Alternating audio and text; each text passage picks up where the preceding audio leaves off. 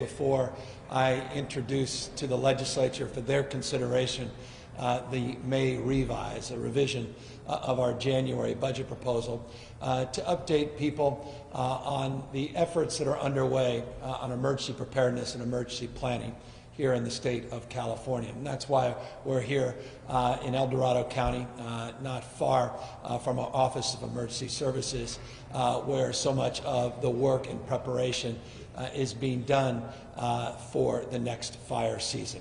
And I want to remind everybody that we are entering a fire season.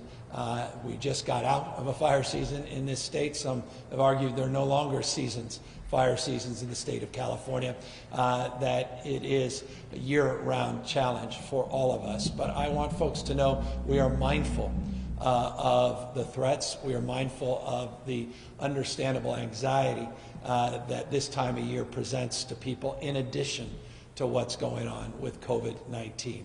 And I want folks to know that we have been preparing for this upcoming wildfire season, and we're not stepping back our efforts. We're in fact stepping them up.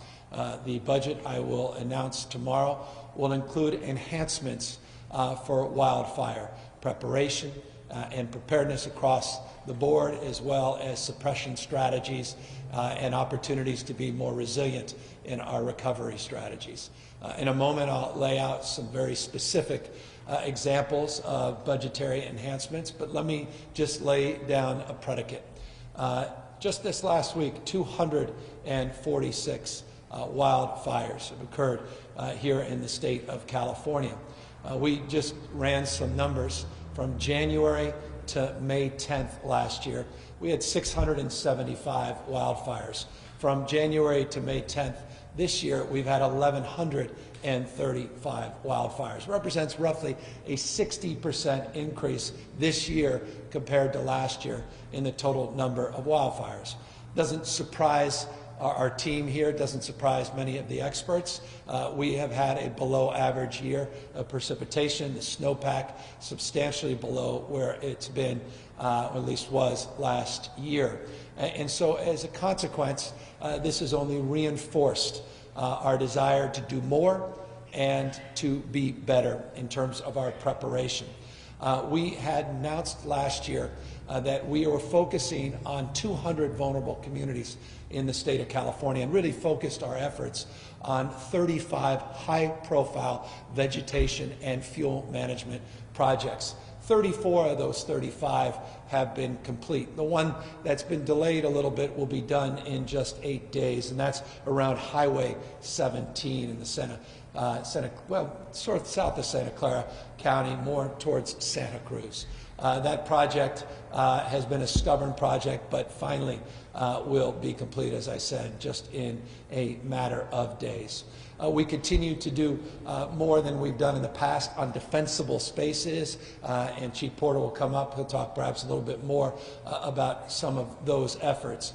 Our fuels management and vegetation management are not just focused on those 35 high-profile projects. They exist and persist all throughout the state of California. They're complemented by private sector work in that space, by local work in that space, and by the state's efforts themselves. Some 450,000 acres in 2020 will be advanced in terms of the fuels management, in terms of the vegetation management, in some cases some prescribed burns, and others some reforestation. In that portfolio, we're getting more work done than we have in the past. It's still not where we need to go as a state. The size and scope of the state, we still have a lot more work to do in the future on vegetation and forest management, and there is no substitute for the work the federal government can be providing and advancing in this space as well. And we encourage, as always, our federal partners to help us with these efforts, because the overwhelming majority of land that exists in this state, wildland, is federal land. A very small percentage is state land, and again, private and local land. And so we continue to advance and look forward to securing even more support in that space. In an effort as well to secure support, we recognize that this season fire season always is anxiety-inducing for an additional reason, and that's the issues of PSPS. Those are 4 letters that most Californians, at least in Northern California in particular, are familiar with, but those in Southern California as well. These are the power shutoff that we experienced in record numbers last year. In an effort to do more and do better, as you may recall, a few months ago, the top story that focused our attention and focused our efforts in the legislature and in my office was working to help get PG&E back on its feet and out of bankruptcy, and to help the 3 other investor-owned utilities, or 2 others, 3 total in the state investor-owned utilities, to be more secure, not only financially, but more secure in their capacity to invest in your future, in our collective future. And what I mean by that is to make the investments themselves independent of the state, federal, local, and private sector, to invest in their own efforts to secure their wires, their poles, to advance their undergrounding, to focus on secularizers and making sure that they have greater capacity in real time to have information with infrared cameras and weather stations, their efforts to do more on their own vegetation management, to secure their own aerial fleet, to provide more air support for recovery efforts, to do more on your behalf to secure wildfire safety and public safety. I want to update you just in those efforts. You may recall there was an effort that the legislature and our team advanced that required certain things from our investor-owned utilities. I want to update you on what those are and remind you how important they are to our larger wildfire efforts. $5 billion is required of our investor-owned utilities in safety measures. That's a requirement pursuant to the agreement we advanced that must come from the IOUs directly, independent, again, of all of these state efforts. We created a wildfire advisory committee to focus on public safety. That is also a requirement under that bill and these efforts. We are announcing tomorrow in our budget, the Public Utilities Commission is building a team of 106 individuals that will create a wildfire safety division within the Public Utilities Commission. That division will become an independent entity, but right now it will start within the Public Utilities Commission. That division will 24/7 oversee the efforts of all 3 of our largest investor-owned utilities. We have a monitor now that we have put in place, for example, at PG&E, to independently monitor their safety efforts. We have safety mitigation plans, what we call wildfire mitigation plans, that are a requirement to be certified by the boards of these utilities and then ultimately by the Public Utility Commission with an advisory committee that will advise the Commission. It's a way of saying we are in a place we've never been in the past in terms of oversight and accountability and transparency with our investor-owned utilities to help support these wildfire mitigation efforts. I am not naive that these utilities are where they need to be. Quite the contrary. In fact, PG&E is still in bankruptcy. They have the opportunity to come out of bankruptcy by June 30th, but a predicate of all of that are fulfilling the requirements of these plans. But we will do our part, and that is to make sure that there's real transparency and accountability to these utilities, and to make sure that they do justice to what they're promising and what has been promoted in terms of these requirements. So that's just a quick update on where the IOUs are. And by the way, I just do want to recognize that PG&E has significantly increased their number of weather stations, significantly increased their high-definition cameras, and has committed to new protocols on the PSPS, where they have committed to us a duration reduction of roughly 50% in terms of their time to provide what we refer to as an all clear and then turning on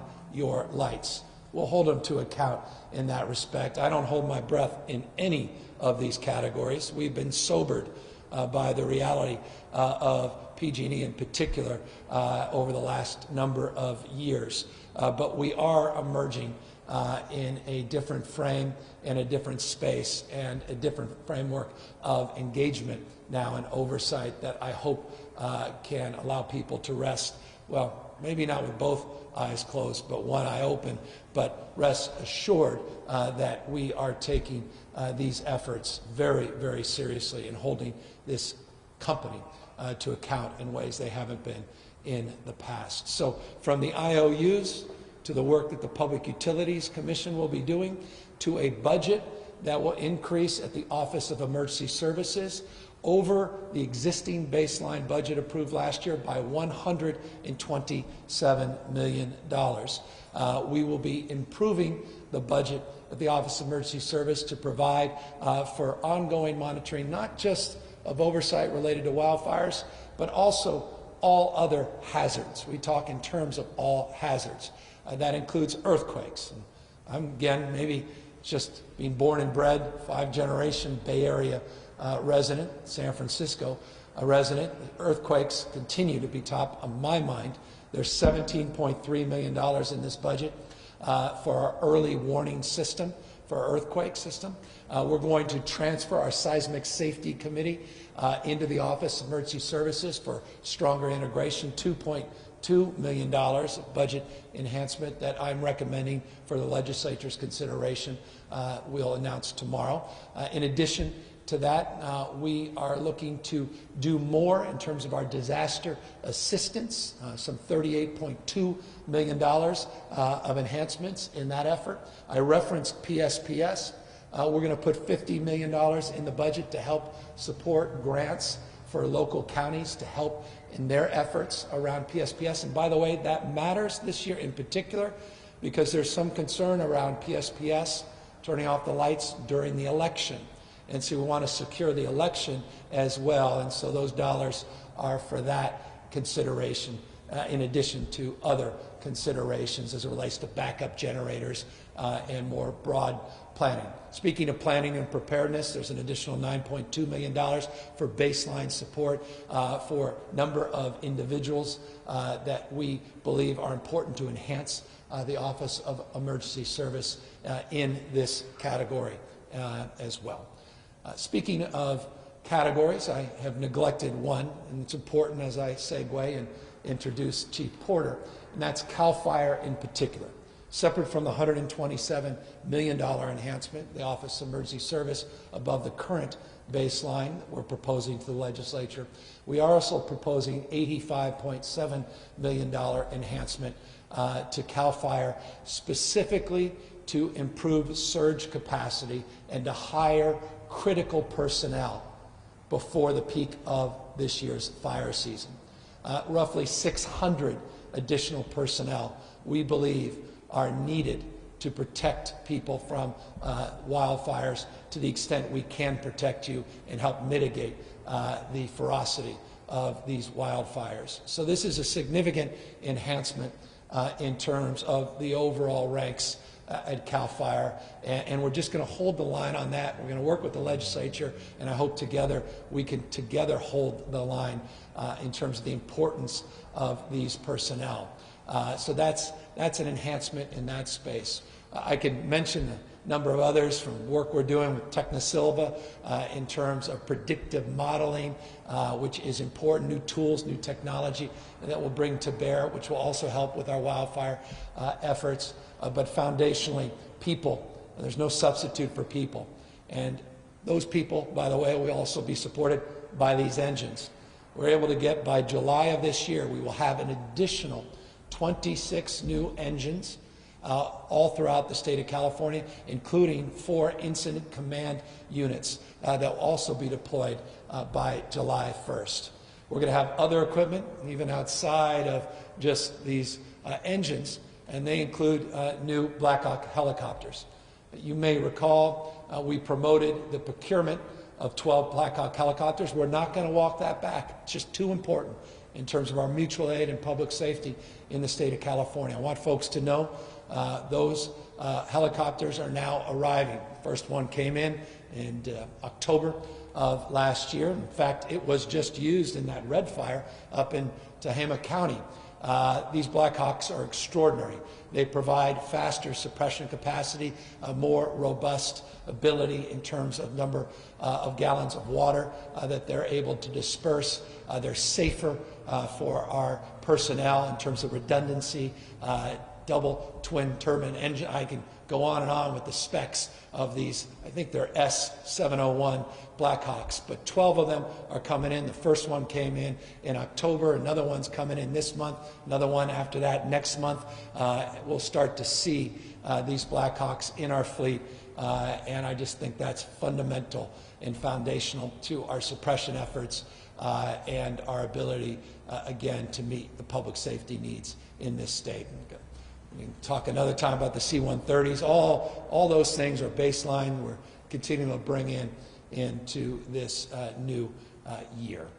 So look, let me now bring in, I think I've said enough on this topic, at least for the moment. Let me bring in the chief of CAL FIRE. He can talk more specifically about this budget. I think a little bit of relief as well with some of these recommendations. But you'll be seeing plenty, I think, sadly, of Tom Porter over the coming weeks and months, as is the case every fire season in this state. The hots are getting hotter, the dries are getting drier, the wets are getting wetter. There's a new reality. For those that don't believe in climate change or science, I remind them when appropriate, after our stay-at-home orders are lifted, when you can come in without fear of transmission of this deadly virus, come to California, visit us, learn about climate change firsthand, because even if you deny it, your own eyes may tell you something very, very differently. Observed evidence, not just intellectual curiosity, should secure a new reality that climate change is real and it's here and the effects are profound.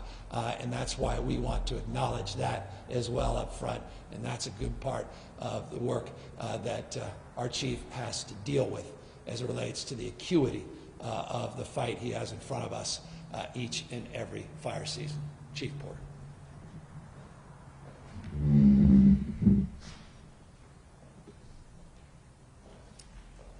Thank you, Governor.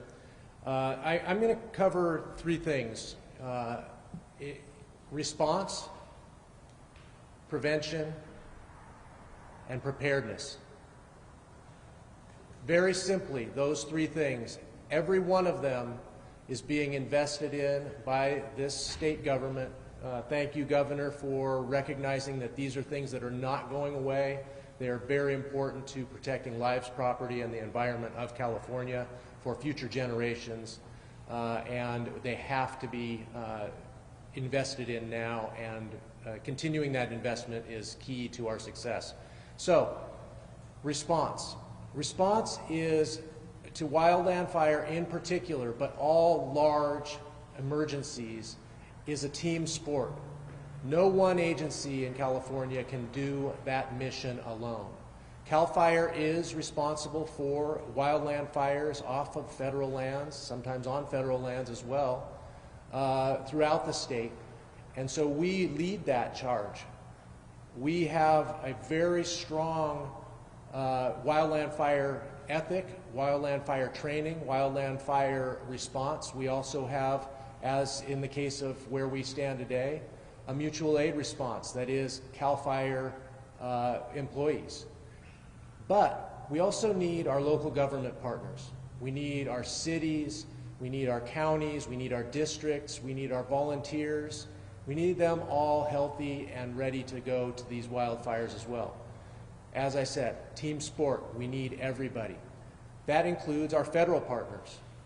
Wildland fire fighters from the U.S. Forest Service, BLM, BIA, and other agencies, Fish and Wildlife Service. We need everybody ready to go.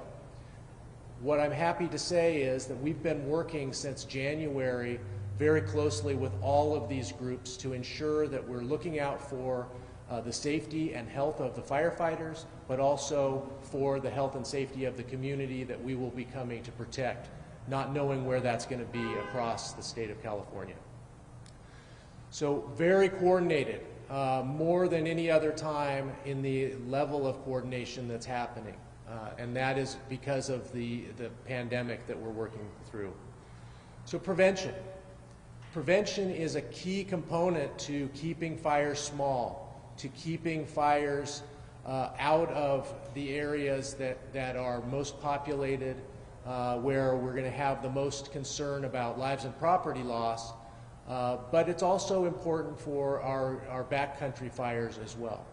The reason I bring up prevention is I had a conversation with the chief of the Forest Service, Vicki Christensen, just yesterday.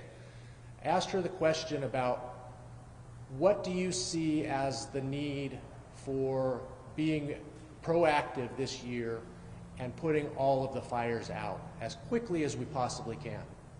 She was very complimentary to my question and expressed and pointed back to her chief's letter to the nation of firefighters under her that says just that. Initial attack is the key component to keeping fires small and keeping firefighters healthy. I am going to continue to push that with my federal partners. Everybody's on board. As I said, we've been talking about this. This is a very key component. But if we keep fires small at the beginning with these extra resources that we're going to have, then we will protect the public and our firefighters from unnecessary exposure to smoke and the need to bring them together in congregational settings. All key components. Prevention has a piece that is all-inclusive, those agencies that I talked about, but it also includes you, the public.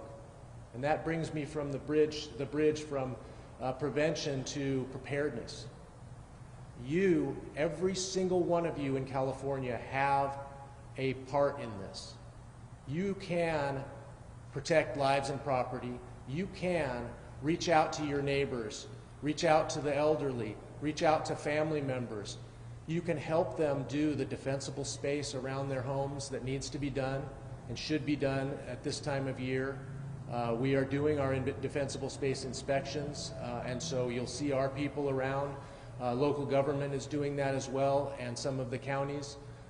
We need to make sure that you have defensible space, and you can help your neighbors, neighbors helping neighbors, to be prepared for this fire season.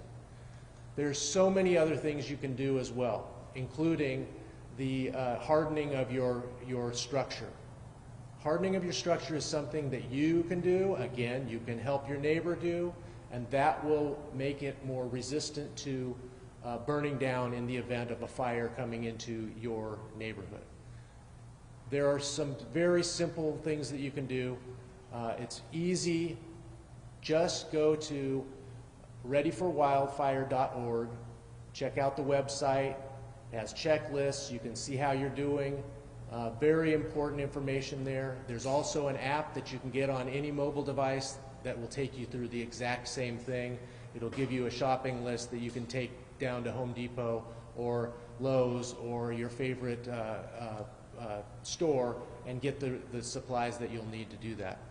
So if you will continue to work on that piece, you will be a hero in the wildland fire setting in California. And every single Californian can be that hero. We will work on the wildland fire problems in the backcountry and in the canyons and wildland spaces, continue to do the fuel work that the governor mentioned, and that is what we will do and commit to, and we will respond to every single wildland fire that occurs in the state this year, and there will be tens of thousands. Thank you, and I look forward to the governor's comments on it. Obviously, Chief Porter, be available for any questions. Look, I know this is rote, it's a tired cliche, but you got to walk and chew gum at the same time. We're focused on C-19, we're focused on coronavirus mitigation, trying to do our best to suppress the spread at the same time. We've got to mitigate and suppress these fires as we move into wildfire season. This is top priority of this state, the legislature, and our administration, and I want folks to know that we are not going to step back despite the economic headwinds of our responsibility to meet this moment as well as we try to meet so many other moments in the midst of this crisis. I want to also just thank, because he's here, Mark Gilladucci and his team at the Office of Emergency Services for his advice and counsel through this budget process and the good work his team is doing to prepare for wildfire season. Mutual aid system is second to none. That mutual aid exists within the state and exists outside of the state of California. And all I can say before I update you on the daily numbers is the Western PAC we have with Western state governors related to the COVID-19 response is a perfect bridge from that response to bridging into our collective response and responsibility as Americans to one another to help support their wildfire efforts as well. And so it's just another one of many examples of what a pandemic can do in terms of bringing people together, forcing conversations anew, and developing partnerships in a collaborative spirit that will transcend that crisis and benefit us as we move into other challenging moments in our state and our nation.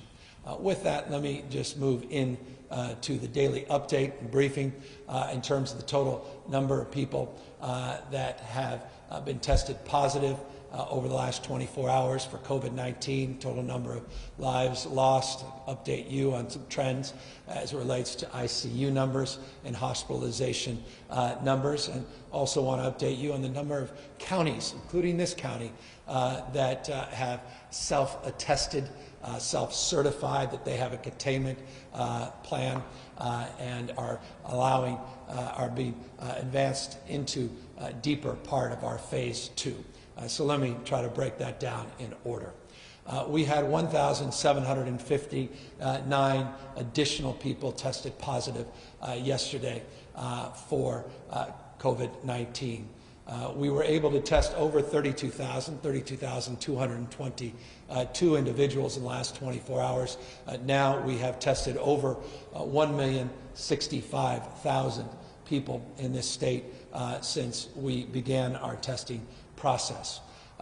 Tragically, we lost 87 lives in the last 24 hours, 87 families torn apart because of a tragic death and loss of a loved one. It is a sobering reminder that people are still dying from this virus. People are still transmitting this virus.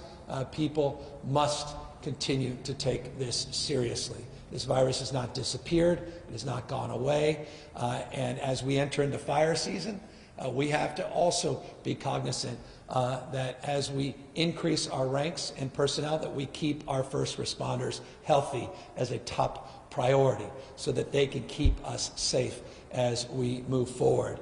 For no other reason, for those out there that feel like they're immune to the transferability of this virus, I hope you'll consider the first responders of your communities, the heroes of our communities, and consider their safety, their health as well, because we are not out of the woods as it relates to COVID-19 in this state. We had some good news with our ICU numbers yesterday, down modestly, 0.3%. You've been noticing a little bit of a trend with ICU rates over the course of the last number of weeks, some stability, and now seeing some modest decreases most every day. Hospitalization numbers stable without the modest decreases, 0.5% increase in the total number of those hospitalized in this state over the 24-hour reporting period. So well within 1%. Again, stabilization over the course of many, many weeks now. This is a very different state than other states where you had huge peaks and decreases. We've had stability for many, many weeks, and we're seeing modest decreases in ICUs, a little bit of a decrease trend line in hospitalizations. Death numbers continue to vex. Yesterday was more modest. Today, 87 lives tragically lost. Again, one size does not fit all. California, I've said it many times, has many parts, one body, one state, one responsibility, larger responsibility to each other, but each part of the state has different conditions, including El Dorado County, where we are today. Many counties fall into that category.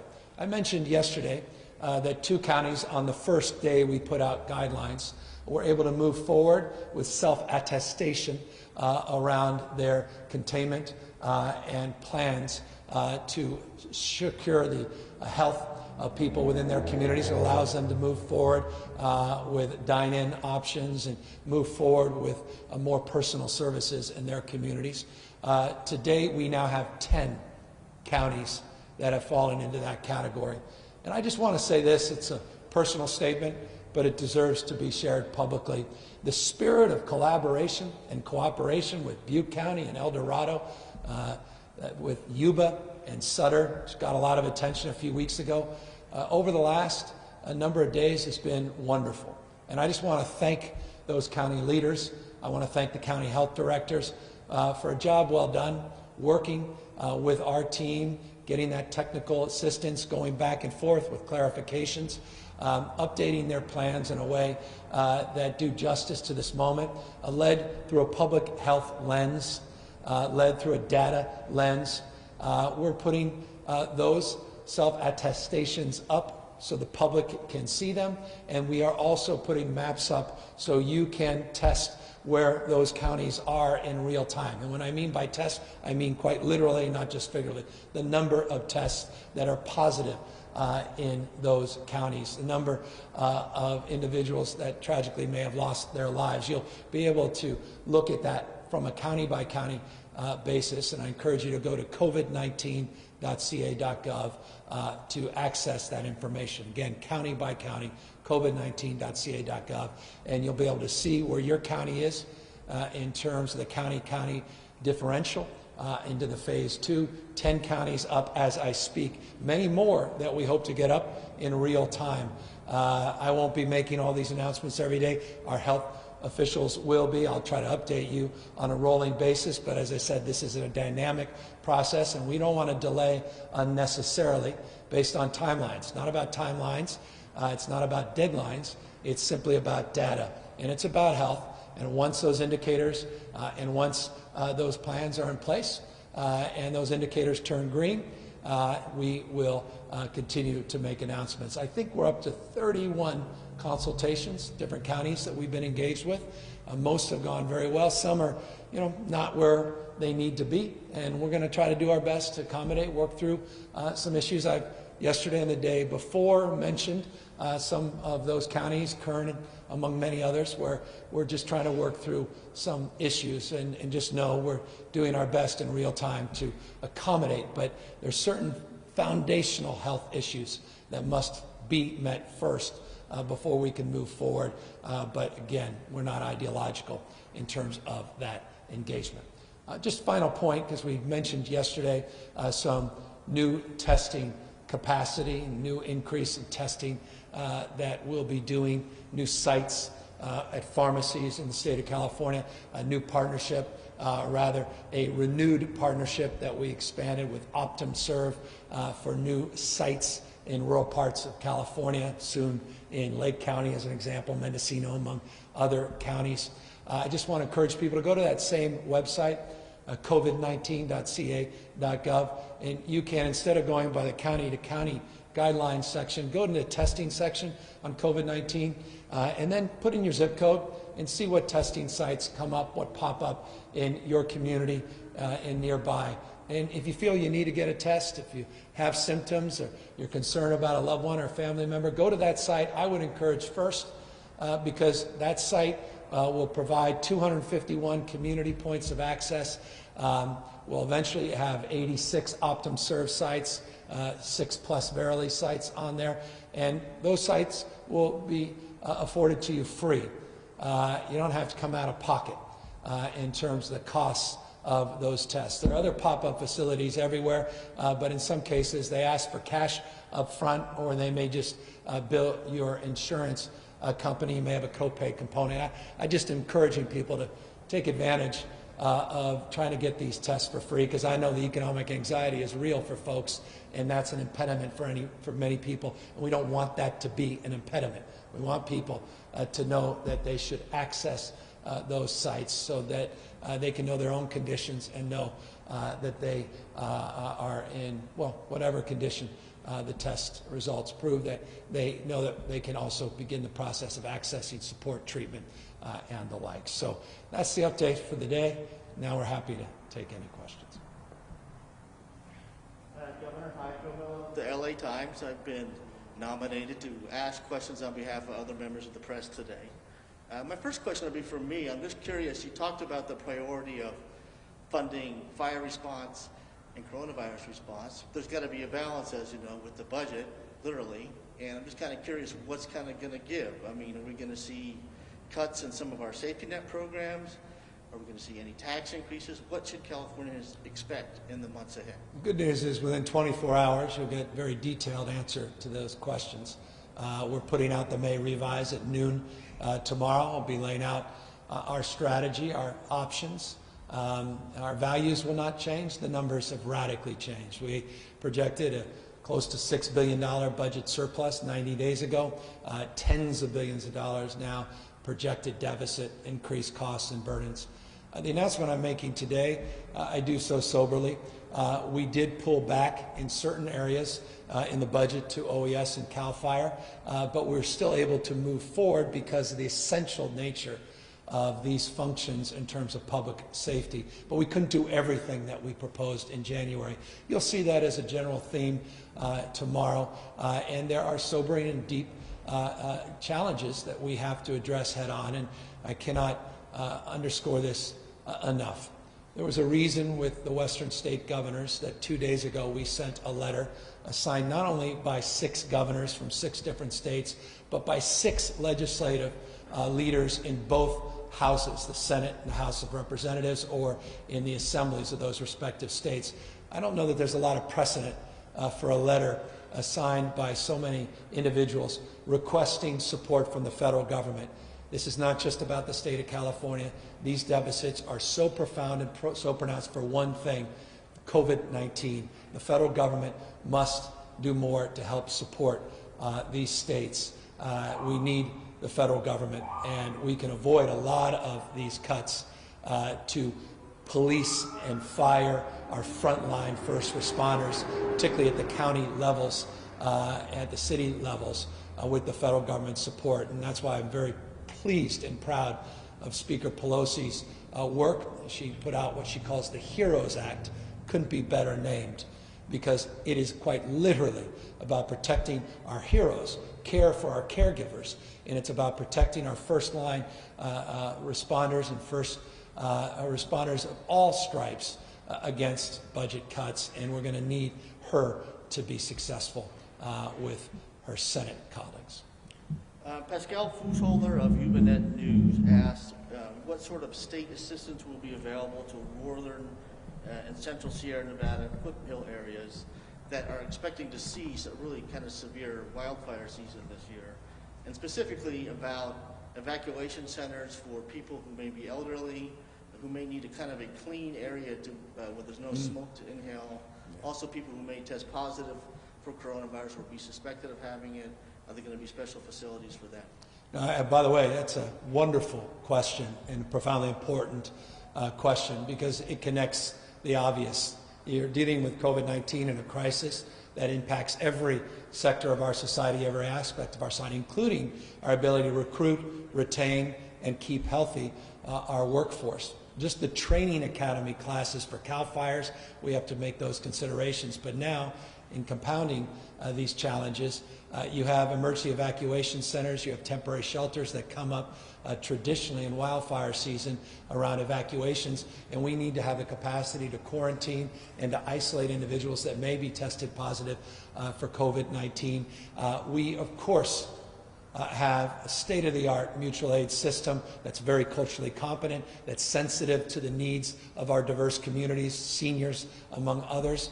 But rather than me waxing on about that, why don't I ask Director Mark Gilarducci, who's an expert in this space, to opine a little bit more and answer more granularly the very, very thoughtful question.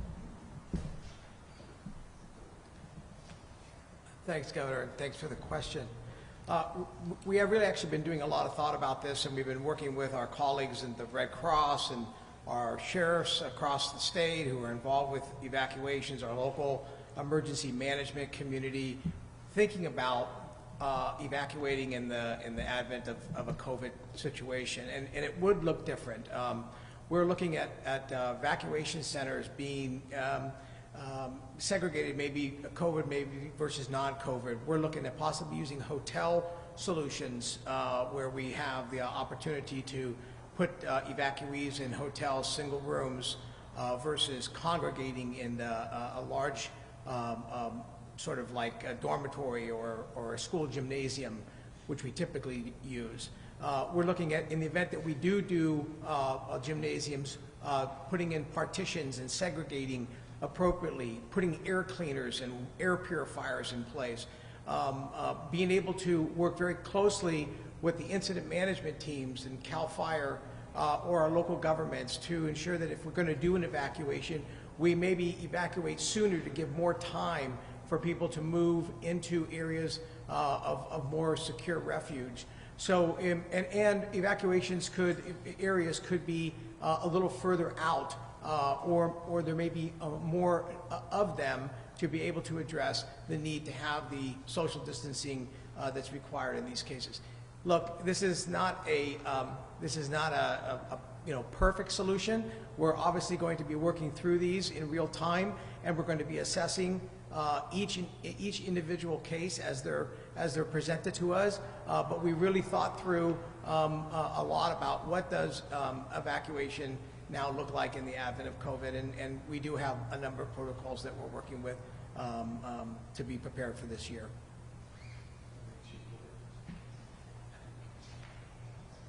Yeah, I want to take this opportunity just to add a piece that Governor Newsom touched on in his opening remarks. That is Techno Silva.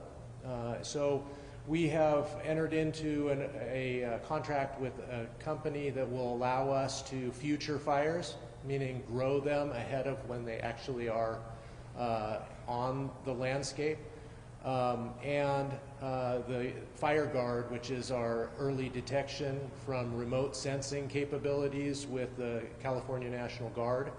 Those two things are going to help us do what Director Gilarducci just mentioned early. And so we're going to have more time to make those decisions ahead of time and get people where they need to be safe.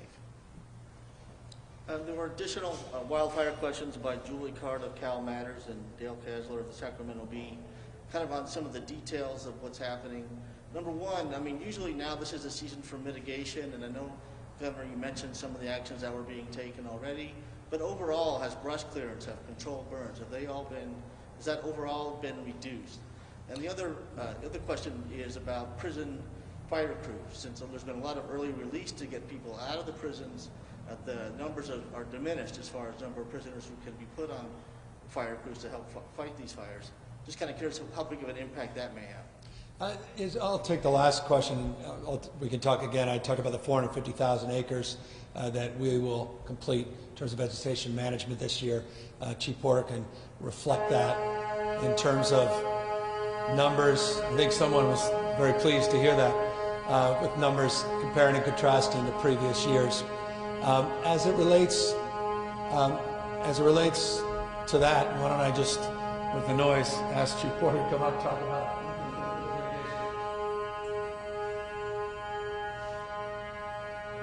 So fuel reduction was covered earlier, and we this year are halfway to our goal of 45,000 to 50,000 acres just by CAL FIRE. The 450,000 acres of all lands being treated across California on state and private lands, we're working toward that as well. Those are calendar numbers, so we've got a ways to go. We have a lot of work that we're doing currently. This little bit of rain we've had in the north part of the state is helping us It's opening up some burn windows, so there will be prescribed fire on the ground.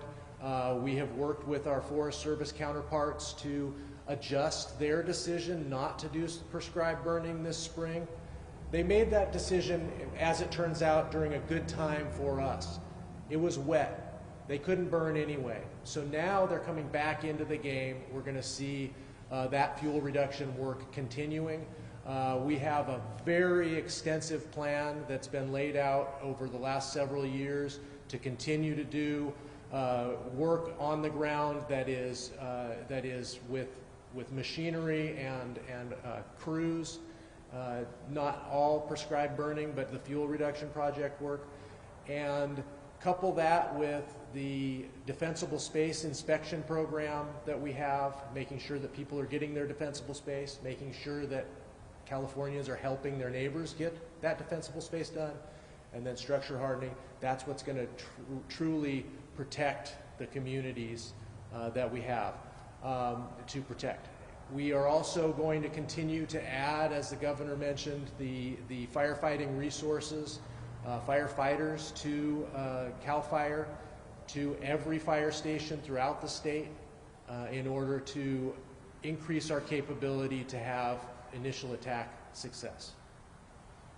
And, let me take the first part. I guess there's two questions, and let me take the other question as it relates to the fire camps. So we are currently down about 44 crews with our prison fire crews and our camps. We project, this is a projection, about being down about by 80 crews. This has been a trend line, though, that precedes the early release. Remember, the early release were people that were 60 days out from being released anyway. We're almost 60 days into that process.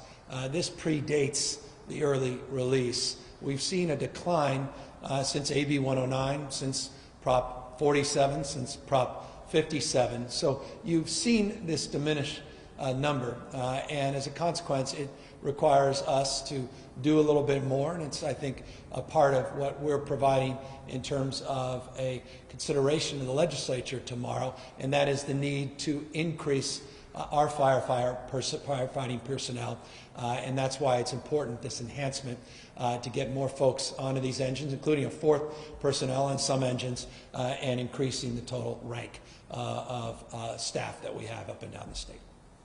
I have a question from Kathleen Ronayne of the Associated Press, asking, now that a handful of counties have been allowed to open up, are you worried that people leaving still closed counties to dine or otherwise recreate in the reopened counties? And what's your message to Californians about traveling around the state between places that are more restrictive to places that are less restrictive? Yeah, we've made that clear from day one when we introduced the guidelines that we maintain maintain as an advisory that people not travel for non-essential purposes, and going in and out of the counties would defeat the point of having county variations.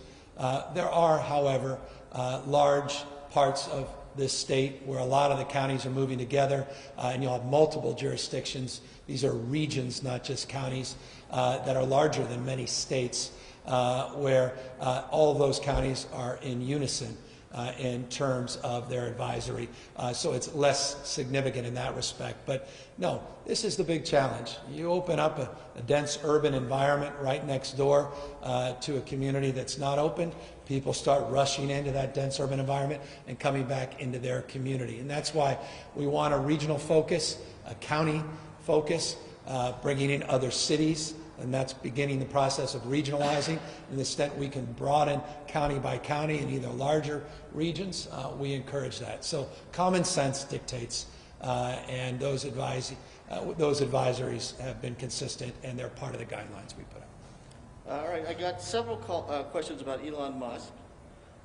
What kind of signal does it send to small businesses that Tesla is operating the Fremont plant in flagrant violation of Alameda County's health order, while most businesses are following the rules?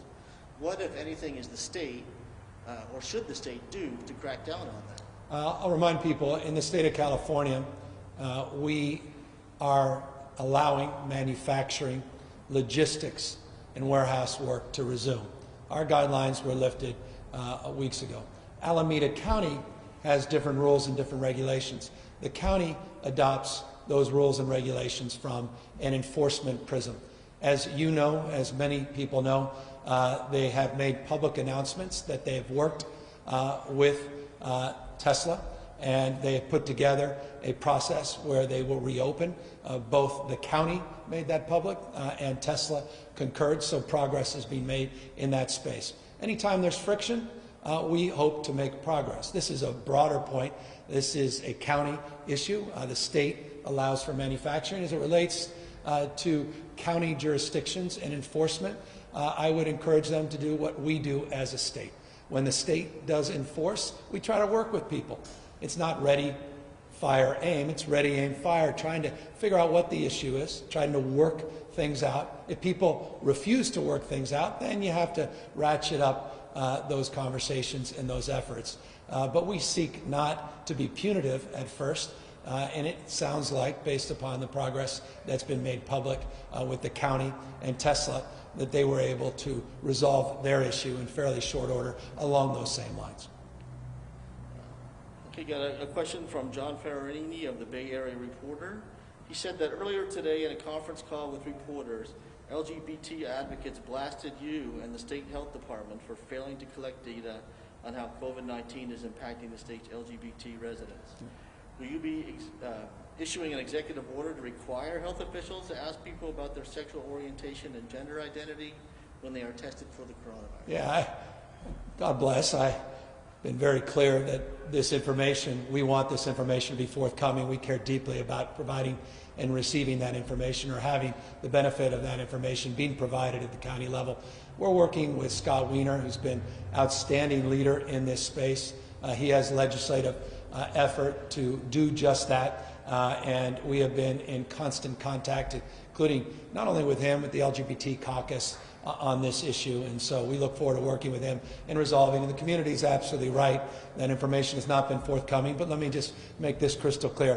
For decades, we have been underreporting in the LGBT community space as it relates to issues that are important to the community. That must change. That predates this pandemic.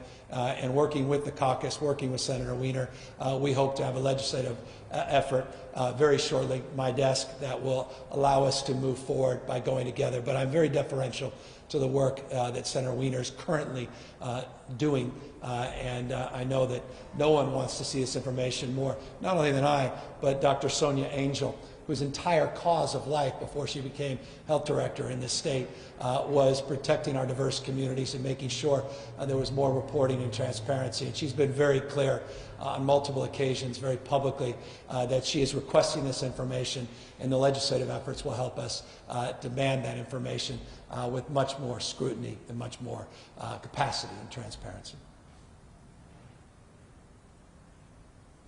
Well, with that, I want to just thank everybody for their time and attention. Thank the team that assembled here. No cleaner location than being in a fire station anywhere in this country, and no greater fire service than CAL FIRE, one of the largest and most dynamic and most successful, as well as ubiquitous forces of leaders anywhere in our nation and in the world, and we couldn't be more proud to call them our own.